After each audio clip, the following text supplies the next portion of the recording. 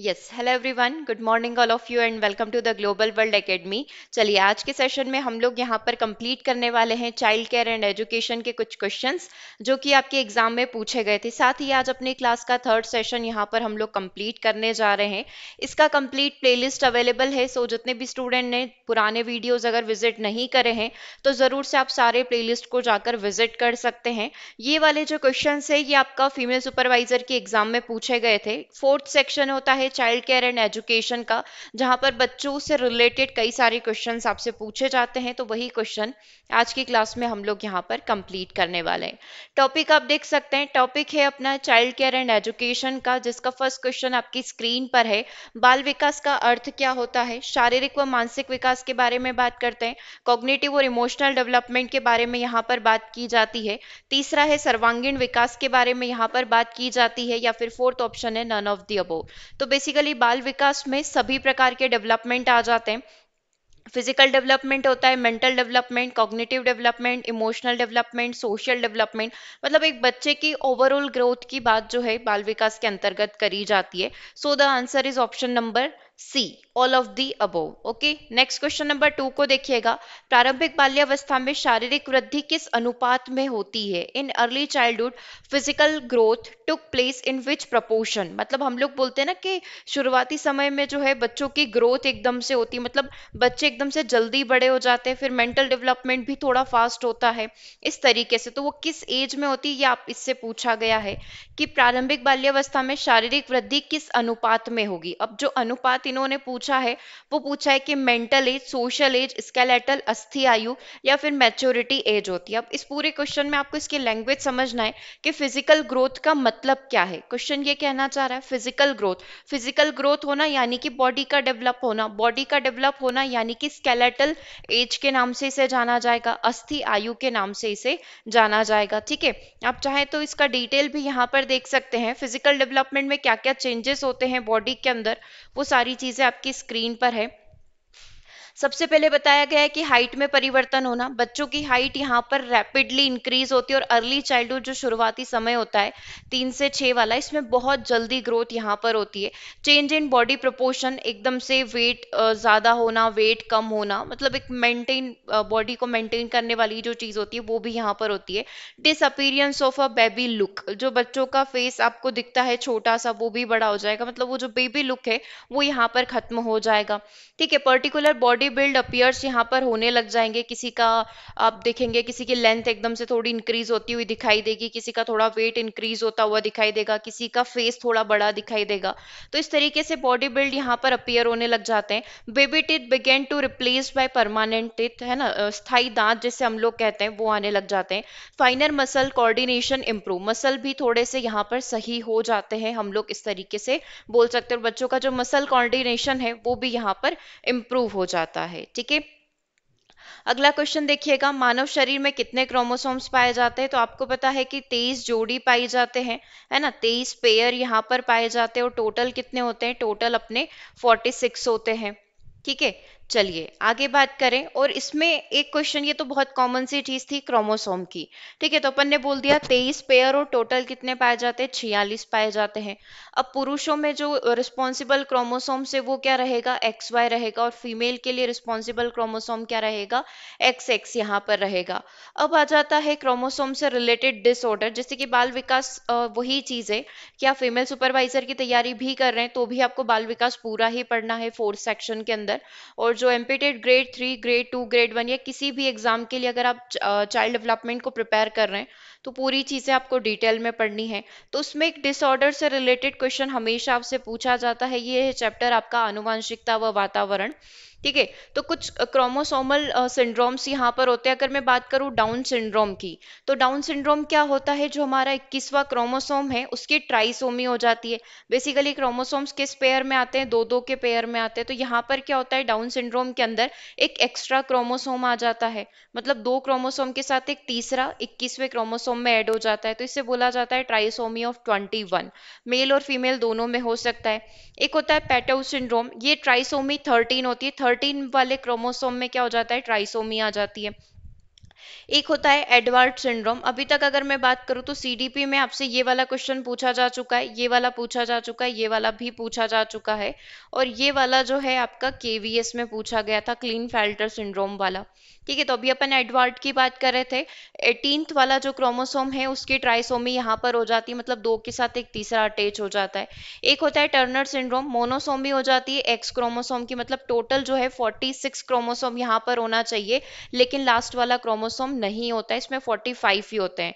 मतलब जो पेयर में यहाँ पर होने चाहिए थे तो वो एक यहाँ से गायब हो जाता है। ठीक है, केवल एक ही क्रोमोसोम यहाँ पर रहता है, तो टोटल 45 क्रोमोसोम्स रहते हैं। मोनोसोमी मतलब, ट्राई मतलब 3 क्रोमोसोम हो जाएंगे, मोनो मतलब क्या रहेगा, एक ही रहेगा। राइट, तो ये होता है अपना टर्नर सिंड्रोम। फिर एक और आ जाता है क्लीन फेल्टर सिंड्रोम। इसमें क्या होता है, एक एक्स्ट्रा आ जाता है, होने कितने चाहिए थे, 46 होने चाहिए थे, कितने हो जाते हैं, 47 हो जाते हैं, एक एक्स्ट्रा आकर यहाँ पर अटैच हो जाता है। ठीक है, तो इस तरीके से ये सारी जो बोल सकते हैं क्रोमोसोम से रिलेटेड डिजीज है, इनके बारे में आप ध्यान रखना। अगला क्वेश्चन नंबर 4 की तरफ चलते हैं। क्वेश्चन नंबर 4 को देखिएगा, what are the aims of pre school education. पूर्व प्राथमिक शिक्षा के क्या क्या उद्देश्य यहाँ पर होंगे। हेल्दी इन्वायरमेंट को बनाना, एस्थेटिक सेंस क्रिएट करना, इंटेलेक्चुअल क्यूरियोसिटी बच्चों के अंदर रखना, या ऑल ऑफ दी अबोव। देखो correct answer definitely all of the above ही होगा। आपको ध्यान होगा ये क्वेश्चन सेम आपसे सीटेट में भी पूछा गया था। ठीक है, तो एस्थेटिक सेंस मतलब बच्चों के अंदर वो एक भावना जागृत करी जाए, स्वस्थ वातावरण क्रिएट करना, और बौद्धिकता तो वैसे ही करेक्ट है, तो ऑल ऑफ दी अबव बिल्कुल आपका सही हो जाएगा। नेक्स्ट क्वेश्चन देखिएगा, which is the aim of Bal Shakti योजना। ठीक है, अब जो बाल शक्ति योजना है ये एक प्रकार की स्कीम चलाई जाती है बच्चों के लिए। इसका उद्देश्य क्या है, कुपोषण पर नियंत्रण करना, एम्फेसिस ऑन प्ले, खेलकूद को बढ़ावा देना, पॉपुलेशन को कंट्रोल करना, या नन ऑफ दी अबव। देखो बाल शक्ति योजना बच्चों से कनेक्टेड है, तो यहाँ पर बच्चे जो कुपोषण के शिकार हैं उनको कंट्रोल करना, उनको देखना, उनकी देखभाल करना, उनको भोजन प्रोवाइड करवाना, जितनी भी चीजें होती है वो सब किसके अंदर आ जाती है, बाल शक्ति योजना के अंदर आ जाती है। अगला क्वेश्चन देखिएगा, pre school curriculum is based on, पूर्व प्राथमिक शिक्षा पाठ्यक्रम किस चीज के ऊपर निर्भर करता है, मतलब बच्चों का जो करिकुलम डिजाइन किया जाता है प्री स्कूल के लिए वो किस चीज के ऊपर बेस्ड है। फिजिकल डेवलपमेंट अच्छे से हो तो इसीलिए गेम्स वगैरह करवाए जाएंगे। सेंस ट्रेनिंग यहाँ पर उनको दिए जाते हैं, बच्चों की आंखें बंद कर कर, आंखों पर पट्टी बांधकर चीज़ों को छूकर महसूस करवाया जाता है कि ये चीज़ क्या है, ये ब्लॉक क्या है, तो डेफिनेटली सेंस ट्रेनिंग भी मिलेगी। प्ले एक्टिविटीज़ करवाई जाती है, डेफिनेटली करवाई जाएगी, तो ऑल ऑफ दी अबव अपना करेक्ट हो जाएगा कि ये सारी प्री स्कूल करिकुलम में इंक्लूड करी जाती है। ठीक है, नेक्स्ट क्वेश्चन नंबर 7 देखिएगा, what is the characteristic of special education program. विशेष शिक्षा कार्यक्रम की क्या विशेषता होती है। जो बच्चों के लिए स्पेशल एजुकेशन प्रोग्राम्स लाए जाते हैं, किसके लिए लाए जाते हैं, स्पेशल बच्चों के लिए लाए जाते हैं। स्पेशल बच्चे यहाँ पर कौन हो जाएंगे, विशेष आवश्यकता वाले बच्चे हो जाएंगे, यानी कि नॉर्मल को छोड़कर सारी कैटेगरी जो बचती है उसमें बैकवर्ड आ गए, मेंटली रिटार्डेड आ गए, गिफ्टेड आ गए, सारी कैटेगरीज हो गई, इसे टोटल 8 कैटेगरीज होती है। ठीक है, तो वो सब के सब जो है स्पेशल एजुकेशन प्रोग्राम के अंदर आ जाएंगे। तो इसकी विशेषता क्या है, स्पेशल एजुकेटर इसमें रहते हैं बच्चों को पढ़ाने के लिए, रेगुलर क्लास टीचर रहते हैं, स्पेशल डे स्कूल रहता है, मतलब किसी स्पेसिफिक डे अलग से एक स्कूल यहाँ पर होगा, इस तरीके से इसमें दिया गया है कि स्पेशल डे स्कूल यहाँ पर रहेगा, या ऑल ऑफ दी अबव रहेंगे। डेफिनेटली ये सारी ही चीजें स्पेशल एजुकेशन प्रोग्राम के अंदर रखी जाती है, ये सारी इसकी विशेषता रहेगी। स्पेशल एजुकेटर रहेगा बच्चों को पढ़ाने के लिए, रेगुलर क्लास टीचर भी रहेगा, साथ में ये क्लासेस भी होगी, और स्पेशल डे स्कूल भी यहाँ पर रहेगा। राइट, चलिए अगले क्वेश्चन नंबर 8 की बात करते हैं, विच is the effect of learning and environment. अधिगम तथा वातावरण का प्रभाव कौन सा है। ठीक है, which is the effect of learning and environment, अधिगम तथा वातावरण का प्रभाव बाल्यावस्था पर, किशोरावस्था पर, गर्भस्थ शिशु पर, या संपूर्ण जीवन पर। तो व्यक्ति जो है लाइफ लॉन्ग लर्निंग यहाँ पर करता है, पूरे जीवन भर लर्निंग यहाँ पर करता है, और कहीं ना कहीं इस चीज में जो हमारे आसपास की वातावरण है वो भी पूरा योगदान करता है। तो हम लोग बोल सकते हैं कि पूरे जीवन पर इसका प्रभाव रहेगा, ऐसा नहीं कि कोई स्पेसिफिक टाइम पीरियड में ही बच्चा या व्यक्ति लर्निंग करता है, पूरी लाइफ वो कुछ ना कुछ सीखता रहता है, तो ऑप्शन नंबर डी अपना करेक्ट हो जाएगा। अगला क्वेश्चन नंबर 9 देखिएगा, क्वेश्चन नंबर 9 आपकी स्क्रीन पर है। क्वेश्चन देखिए, किस प्रकार के बालक में मौलिकता के गुण यहाँ पर पाए जाते हैं। ठीक है, सबसे पहला है सृजनशील बालक के अंदर, है ना। दूसरा दे रखा है backward children, mentally retarded children, none of the above. अब इसमें ये पूछा गया है कि ओरिजिनलिटी किस प्रकार के बालक में रहेगी, मौलिकता का जो गुण होगा वो किस में रहेगा। ठीक है, अब ऑल ऑफ दी अबो अपने पास आंसर नहीं है, मतलब जो भी है अपन को इन तीन में से सिलेक्ट करना है, क्योंकि ऐसे क्वेश्चन हमेशा डाउटफुल रहते हैं कि ये मौलिकता किस सेंस में कहने की कोशिश कर रहा है। ठीक है, मतलब उसकी समझ शक्ति के बेसिस पर अगर अपन इसको समझें कि उसकी समझ शक्ति, उसके अंदर जो क्रिएटिविटी है, उस बेसिस पर देखें तो अपना आंसर जो हो जाएगा वो हो जाएगा क्रिएटिव चाइल्ड। मौलिकता का गुण किसमें पाया जाता है, अपनी समझ से चीजों का जवाब देना, क्योंकि इसमें फिर बैकवर्ड चिल्ड्रन नहीं हो पाएगा और मेंटली रिटार्डेड बिल्कुल भी नहीं हो पाएगा, क्योंकि उसकी समझ शक्ति पहले से कमजोर होगी, तो ये तो बिल्कुल गलत हो गया। ठीक है, अब आपको देखना था इन दोनों में से ज्यादा सही क्या है, तो डेफिनेटली ऑप्शन नंबर 1 ही आप टिक करेंगे। चलिए नेक्स्ट क्वेश्चन नंबर 10 की बात करते हैं। पूर्व शालेय आयु की सीखने की प्रक्रिया कौन सी है? Which is the learning process of pre school age? जो प्री स्कूल की एज यहाँ पर उसमें जो सीखने का समय रहता है वो कैसे रहता है? लर्निंग बाय मेमोरी, मेमोरी के द्वारा सीखना, लिखकर सीखना, अनुकरण करके सीखना, या पनिशमेंट के थ्रू सीखना। तो यहाँ पर प्री स्कूल एज में जो सीखा जाता है, मतलब छोटे साल के जो बच्चे रहते हैं, 3 से 6 आप कंसीडर कर लें, तो टीचर जो भी बोल रही है उसको दोहराकर, उनकी बोल सकते हैं ना कि एक तरीके से उनको इमिटेट करके, उनको अनुकरण करके बच्चे यहाँ पर चीजों को लर्न करते हैं। So the answer is option number C. Teacher ने कुछ बोला, बच्चे उसको रिपीट कर रहे हैं, मतलब टीचर जैसा कर रहा है बच्चे एज इट इज उसको कॉपी करके चीजों को सीख रहे हैं, तो लर्निंग बाय इमिटेशन अपना करेक्ट हो जाएगा। ठीक है, अगला क्वेश्चन है in AIDS A stands for. AIDS शब्द के अंदर ए का पूर्ण विस्तार क्या होगा? ए का फुल फॉर्म आपको यहाँ पर बताना है। तो एड्स का फुल फॉर्म होता है एक्वायर्ड एमिनो डेफिशिएंसी सिंड्रोम, तो ए से आपका क्या हो जाएगा? एक्वायर्ड हो जाएगा, तो बी आंसर अपना सही है। बहुत सिंपल से क्वेश्चन है, ज्यादा कोई टफ नहीं है इसके अंदर। ठीक है, आप चाहें तो एक बार इसमें डिफरेंस देख सकते हैं, क्योंकि ये चीजें कंफ्यूज करती है कि एड्स का क्या है और एचआईवी का फुल फॉर्म क्या है। तो इसका हो गया अपना एक्वायर्ड इम्यूनो डेफिशिएंसी सिंड्रोम, और एचआईवी के लिए यदि हम लोग देखें, ह्यूमन इम्यूनो डेफिशिएंसी वायरस। ठीक है, ये हो गया अपना एचआईवी के लिए। अब आप देख सकते हैं कि एड्स के लिए अगर आपको स्पेसिफिक देखना है, AIDS is a medical condition जहां पर ह्यूमन बॉडी का जो हम लोग बोलते हैं ना कि इम्यून सिस्टम है, वो पूरे तरीके से क्या हो चुका है? वीक हो चुका है, जिसकी वजह से वो इन्फेक्शन से क्या कर सकता है? फाइट नहीं कर सकता है, राइट। तो यहाँ पर यही चीज लिखी हुई है कि immuno system is too weak to fight infection, मतलब ये इतना कमजोर हो चुका है, मानव शरीर का प्रतिरक्षण तंत्र इतना कमजोर हो चुका है कि वो यहाँ पर इन्फेक्शन से क्या नहीं कर सकता है? लड़ नहीं सकता है, राइट। अब एचआईवी के बारे में आप देखेंगे, एचआईवी अपने आप में एक वायरस है। ठीक है, HIV is a virus which attack immuno system in human, जो मानव शरीर का जो प्रतिरक्षण तंत्र है उसके ऊपर ये क्या करता है? ये अटैक करता है। ठीक है, क्लियर है दोनों चीजें, दोनों में डिफरेंस क्लियर हुआ। अभी हमसे सिर्फ इसका फुल फॉर्म पूछा था, ए का फुल फॉर्म क्या है? तो एक्वायर्ड है। ठीक है, अगला क्वेश्चन देखिएगा, देखो इसमें सन वाली चीजें याद से आप हर चीज को नोट डाउन कर ले, क्योंकि इसमें हर स्कीम जो बच्चों से कनेक्टेड है, जो महिलाओं से कनेक्टेड है, जो हेल्थ से कनेक्टेड है, जो पोषण से कनेक्टेड है, वो सारी स्कीम्स पूछी जाएगी। तो जितनी भी स्कीम्स हैं, एटलीस्ट आप एक एक बार सबका सन लिख लें कि वो किस ईयर में आई थी, कौन से डिपार्टमेंट के द्वारा उसको लॉन्च किया गया था। ठीक है, जिसमें एक हेल्थ मिनिस्ट्री हो गई, उसके द्वारा लॉन्च किया गया, महिला व बाल विकास मंत्रालय है उसके द्वारा लॉन्च किया गया है, शिक्षा मंत्रालय के द्वारा उसको लॉन्च किया गया है, ये चीजें आपसे पूछी जाती है। तो अभी है आपके सामने बाल कल्याण कार्यक्रम जो है कब स्टार्ट किया गया था? 1986 में इसको स्टार्ट किया गया था, ये चीज आप ध्यान रखेंगे। 1986 के अंदर इस प्रोग्राम को स्टार्ट किया गया था। यही पूरा बच्चों की देखरेख से संबंधित है, कुपोषण से शिकार हुए बच्चों को इसके अंदर लेकर आना, मतलब एक तरीके से आप इसको अम्ब्रेला स्कीम समझ सकते हैं, जिसमें बच्चों से रिलेटेड जितनी भी चीजें होगी, उनके हेल्थ से रिलेटेड, शिक्षा से रिलेटेड, वो सब इसके अंदर कंसीडर करी जाएगी, राइट। अगला क्वेश्चन देखिएगा, गर्भस्थ शिशु का जो समय होता है उसका टाइम पीरियड कितना होता है? 280 डेज का होता है। ठीक है, 9 मंथ 280 डेज हम लोग यहाँ पर कह सकते हैं। नेक्स्ट क्वेश्चन को देखिएगा, मानव शरीर में कुल कितनी हड्डियां पाई जाती है? 206 पाई जाती है, और बच्चों के लिए पूछे तो 300 उनमें पाई जाती है। ठीक है, जो धीरे धीरे गलकर और इस तरीके से 206 बनती है। अगला देखिएगा, इम्पोर्टेंट कैरियर ऑफ हेरिडिटी, इस वंशानुक्रम का जो मुख्य वाहक होता है ना, जो पेरेंट्स से बच्चों में जाना, वो जिन्स होते हैं, सेल होते हैं, मसल्स होते हैं, या ओवम यहाँ पर होगा। डेफिनेटली क्या होंगे, जिन्स यहाँ पर हो जाएंगे। तो जो मेन क्रोमोसोम होगा वो यहाँ पर क्या हो जाएगा, जिन्स हो जाएगा। यही क्वेश्चन आपसे सीडीपी के जो अपना 2020 का पेपर था उसमें भी पूछा गया था। अधिगम निर्योग्य बच्चों की विशेषता क्या है, मतलब एक तरीके से आप ये जो सेक्शन 4 समझ रहे हैं, इस पूरे सेक्शन को आप एज अ सीडीपी की तरह ही कंसीडर करें। हालांकि जब आप सिलेबस देखेंगे तो उसमें केवल 8 से 9 टॉपिक मेंशन कर रखे हैं, लेकिन पढ़ना आपको पूरा सीडीपी है।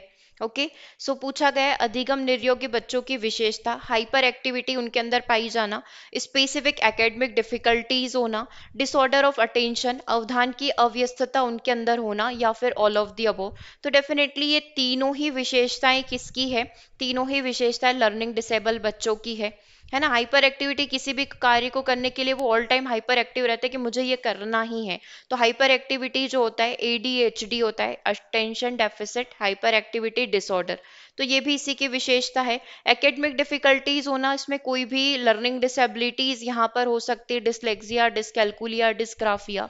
डिसऑर्डर ऑफ अटेंशन, अटेंशन को लेकर वही अपना एडीएचडी अपन यहाँ पर समझ सकते हैं, ओसीडी यहाँ पर समझ सकते हैं। ठीक है, तो ये लर्निंग डिसेबिलिटीज यहाँ पर अपन कंसीडर कर पाएंगे। अगला क्वेश्चन देखिएगा, बाल और महिला हेतु अत्यंत विस्तृत योजना यहाँ पर कौन सी है। सबसे पहला है बाल और महिला विकास, दोनों के लिए, बच्चों के लिए भी महिलाओं के लिए विस्तृत योजना, इंटीग्रेटेड चाइल्ड डेवलपमेंट सर्विस यानी कि आईसीडीएस स्कीम हो सकती है। ध्यान से सुनना इस वर्ड को, आईसीडीएस, क्योंकि इससे प्रीवियस जो अपन ने क्लास कंप्लीट करी थी उसमें आपसे पूछा गया था आईसीडीएस का फुल फॉर्म क्या है। उसमें पहला ऑप्शन दे रखा था इंटीग्रेटेड चाइल्ड डेवलपमेंट सर्विस, दूसरा ऑप्शन दे रखा था इंटीग्रेटेड चाइल्ड डेवलपमेंट स्कीम। तो अब अपन को ये तो पता है आईसीडी, लेकिन एस में हम लोग कंफ्यूज हो जाते हैं कि सर्विस लगाएं या फिर स्कीम लगाएं। तो इसको किस तरीके से बोला जाता है, ध्यान से सुनिएगा, integrated child development service scheme. ठीक है, स्कीम जो है हम लोग खुद से लगाते हैं, बाकी आईसीडीएस का फुल फॉर्म होता है इंटीग्रेटेड चाइल्ड डेवलपमेंट सर्विस। ठीक है, तो पूछा गया है कि इसमें बच्चों से और महिलाओं से रिलेटेड जो योजना है वो अपनी integrated child development service scheme है। ठीक है, जो टीकाकरण प्रोग्राम है जो इम्यूनिटी से रिलेटेड है वो अपने आप में अलग है। रूरल हेल्थ मिशन और अर्बन मिशन अपने आप में पूरा अलग मिशन है। ठीक है, चलिए इसको भी आप एक अम्ब्रेला स्कीम समझ सकते हैं। बेसिकली हम लोग ये बार बार वर्ड यूज कर रहे हैं, अम्ब्रेला अम्ब्रेला अम्ब्रेला है क्या। अम्ब्रेला बेसिकली कई सारी मल्टीपल स्कीम्स को मिलाकर, बहुत सारी योजनाओं को मिलाकर एक कॉमन योजना बनाई गई है। जैसे कि अगर मैं यहाँ पर बात करूँ इस वाली स्कीम की, आईसीडीएस की, तो इसके अंदर क्या क्या है, इसके अंदर बच्चों को पूरा कवर किया गया है। हेल्थ न्यूट्रिशन, बच्चों का पोषण, स्वास्थ्य, बच्चों की पढ़ाई, बच्चों का मध्याह्न भोजन, महिलाओं में भी सारी महिलाओं को इसमें कवर कर लेंगे। एक वो जो लैक्टेटिंग मदर से एक प्रेग्नेंट वुमन है, और अगर उनको आगे जैसे अपन देखते हैं कि अगर कोई बीमारी है आगे रेफर करना है तो उसमें भी ये वाली स्कीम यहाँ पर कंसीडर करी जाएगी। राइट, तो ऑप्शन नंबर 1 करेक्ट हो गया है। नेक्स्ट क्वेश्चन नंबर 18 को देखिएगा, what is the basic principle of special education. विशेष शिक्षा के मूलभूत सिद्धांत यहाँ पर कौन से हैं। विशेष अनुदेशन पर बल देना, मतलब इंडिविजुअलाइज्ड इंस्ट्रक्शन के ऊपर फोकस करना, मतलब 1 to 1 कम्युनिकेशन बच्चों से आपका यहाँ पर हो स्पेशल एजुकेशन के अंदर। ठीक है, आई थिंक विशेष शिक्षा आप लोग यहाँ पर समझते हैं जो नॉर्मल के अलावा किसी और बच्चे को दी जाए, दैट इज स्पेशल एजुकेशन। मान लो क्लास में गिफ्टेड चिल्ड्रन है, हम लोग उसको पढ़ाना चाहते हैं, ठीक है, तो उसको कौन सी एजुकेशन दी जाएगी, उसको स्पेशल एजुकेशन दी जाएगी। एक मेंटली रिटार्डेड चिल्ड्रन है, मानसिक मंदता वाला बच्चा है, उसको कौन सी शिक्षा दी जाएगी, उसको भी स्पेशल एजुकेशन दी जाएगी। तो इंडिविजुअल इंस्ट्रक्शन के ऊपर फोकस करना, क्रियात्मक कौशल का प्रशिक्षण देना, फंक्शनल स्किल उसको यहाँ पर सिखाना, मतलब कि और तरीके के जो क्रियात्मक कौशल है जिसमें अपन फिजिकल एक्टिविटी और ये सारी सीखेंगे। Emphasise on a weakening child sense, बालक की संवेदनाओं को जागृत करने का प्रयास करना, बच्चों के सेंस को यहाँ पर जागृत करने का प्रयास करना। तो डेफिनेटली स्पेशल एजुकेशन के अंदर ये सारी ही चीजें कंसीडर करी जाएगी। ठीक है, मानसिक रूप से निरुद्ध बालकों की जो बुद्धि लब्धि होती है, मेंटली रिटार्डेड चिल्ड्रन की, एमआर चिल्ड्रन की, वो आईक्यू कितनी होती है, हमेशा ध्यान रखना 85 से बिलो होती है, क्योंकि 90 से 110 एवरेज रहेगा, तो 85 से बिलो जितने भी हो जाएंगे वो इससे कम में आ जाएंगे। ठीक है, अगला क्वेश्चन देखिएगा, राष्ट्रीय एड्स नियंत्रण कार्यक्रम एनएसीपी कब प्रारंभ किया गया था? ठीक है, क्या आंसर करोगे इसका? 1988, 1994, 1987 या फिर 1992? अब इसमें जो है कुछ कंफ्यूजन क्रिएट होता है, क्योंकि इसमें दो सन हमको ध्यान रखने पड़ते हैं। मैं आपको इसका पूरा एक बार हिस्ट्री भी बताती हूँ। तो यहाँ पर जो आंसर है वो क्या हो जाएगा, देखो सबसे पहले तो एनएसीपी का full form national AIDS control programme, इसका फुल फॉर्म यहाँ पर है। ठीक है, ये चीज ध्यान रखना, इसका फुल फॉर्म क्या है। ठीक है, ये अपन पहले यहाँ पर लिख लेते हैं NACP। तो एन से क्या हो जाएगा अपना नेशनल हो जाएगा, ए से क्या हो जाएगा पूरा एड्स जो एक्वायर्ड अमीनो डेफिशिएंसी सिंड्रोम होता है, सी से अपना कंट्रोल हो जाएगा और पी से प्रोग्राम हो जाएगा। दैट मीन्स कि राष्ट्रीय स्तर पर एड्स को किस तरीके से कंट्रोल किया जाए, मतलब ये पर्टिकुलर अपन इंडिया की बात करें, क्योंकि हर कंट्री के अपने अपने प्रोग्राम हैं। ठीक है, तो ये कब स्टार्ट किया गया था? अभी अपन ने क्या आंसर किया, अभी अपन ने आंसर किया 1992, और सही भी है, 1992 में इसको स्टार्ट किया गया था, मतलब इसका फर्स्ट फेज यहाँ पर आरंभ हुआ था। ठीक है, अगर मैं बात करूँ इनिशियल रिस्पॉन्स, मतलब शुरुआत की गई थी सरकार के द्वारा, एक पहला प्रयास था, तो 1985 से 1991 में जो है इसको इनिशियल फेज में लाया गया था कि हम लोग इस तरीके से कंट्रोल करेंगे। इसके लिए कई सारी योजनाएं, कई सारी स्कीम्स बनाई गई, फिर हर जगह इसको लागू करने के लिए स्टार्ट किया गया 1992 से 1999 के बीच में, इसका पहला फेज चल रहा था। ठीक है, दूसरा फेज यहाँ पर चला इसका 1990 से 2007 के बीच में, तीसरा जो चल रहा है 2007 से 12 के बीच में, फोर्थ फेज 12 टू 17 के बीच में, और इसके बाद अगर आप देखें तो इसको थोड़ा और एक्सटेंड कर दिया गया था 2021 तक के लिए, क्योंकि ये सक्सेसफुली रन कर रहा था, तो इसको थोड़ा और एक्सटेंड कर दिया गया, 17 से लेकर इसको 21 तक बढ़ा दिया गया। फिर इसका फिफ्थ फेज आ गया 21 से लेकर 26 तक का। ठीक है, क्लियर है यहाँ तक? तो अभी अपन कौन से वाले फेज में चल रहे हैं? अपन अभी फिफ्थ फेज के अंदर चल रहे हैं।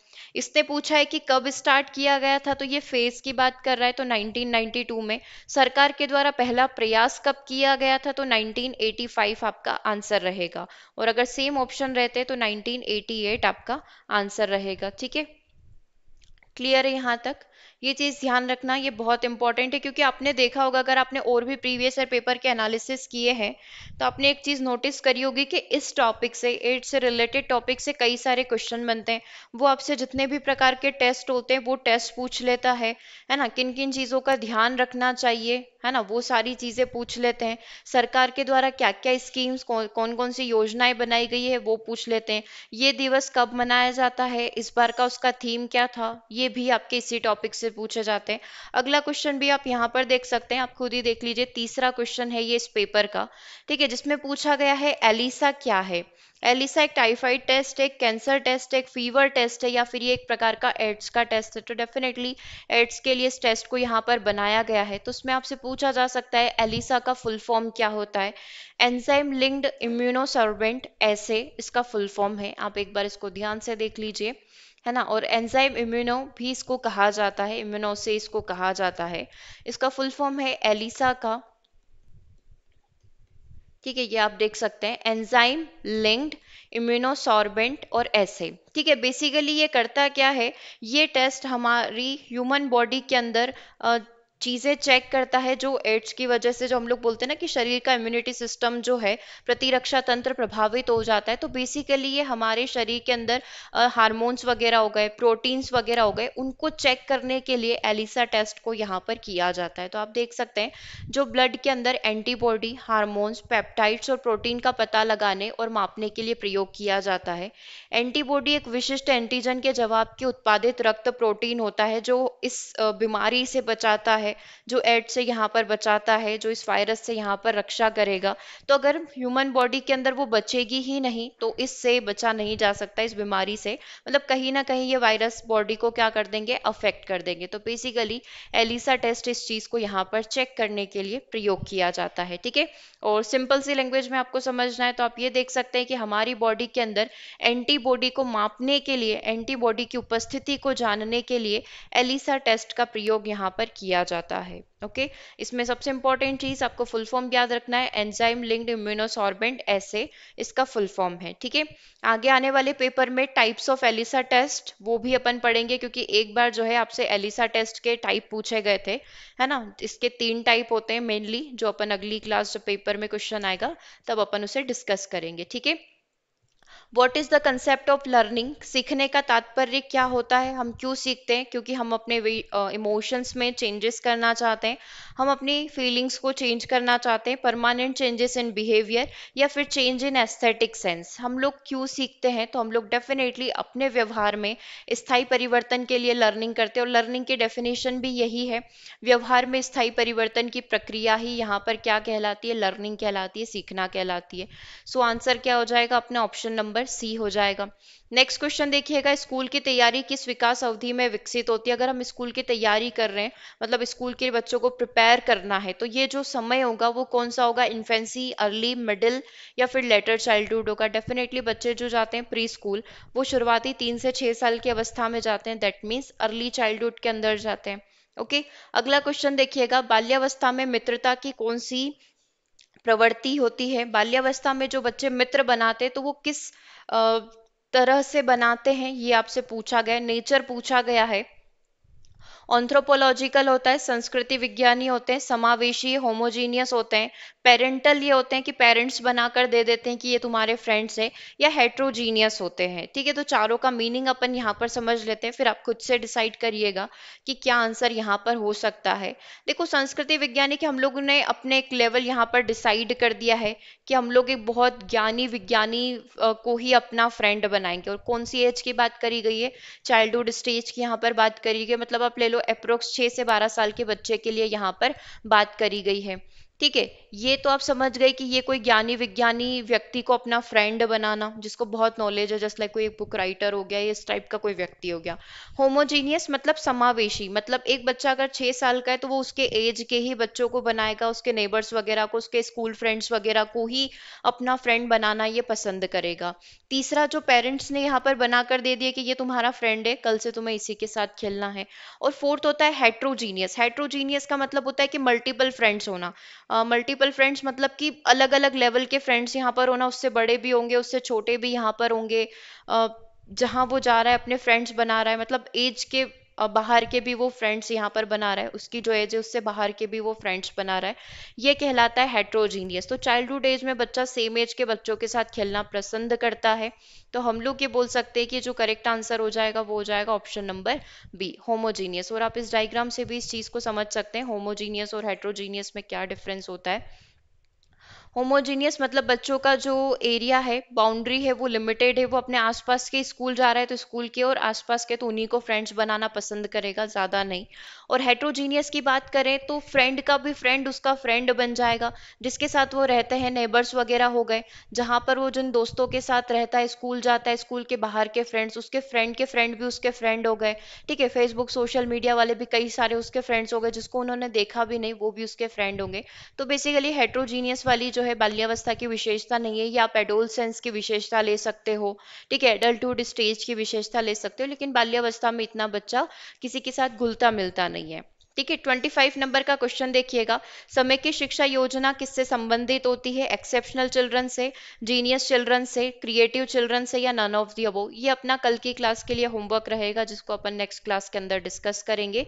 और प्रीवियस क्लास में आपसे पूछा गया था 3R का मतलब क्या होता है ना। 3R आपसे पूछे गए थे कि जो प्री स्कूल एजुकेशन में 3R को फॉलो किया जाता है वो क्या होता है, तो एक होता है रीडिंग, एक होता है राइटिंग, और तीसरा होता है आपका अरिथमेटिक नॉलेज। ओके, तो ये आपके प्रीवियस क्लास का होमवर्क था, इसका आंसर ज़रूर से कमेंट करिएगा, इसको हम लोग नेक्स्ट क्लास के अंदर डिस्कस करेंगे। ठीक है, सो आज की क्लास को हम लोग यहीं ओवर करते हैं। सेशन कैसा लगा कमेंट करके ज़रूर से बताइएगा। मिलते हैं हम लोग अपने नेक्स्ट सेशन में 6 PM पर।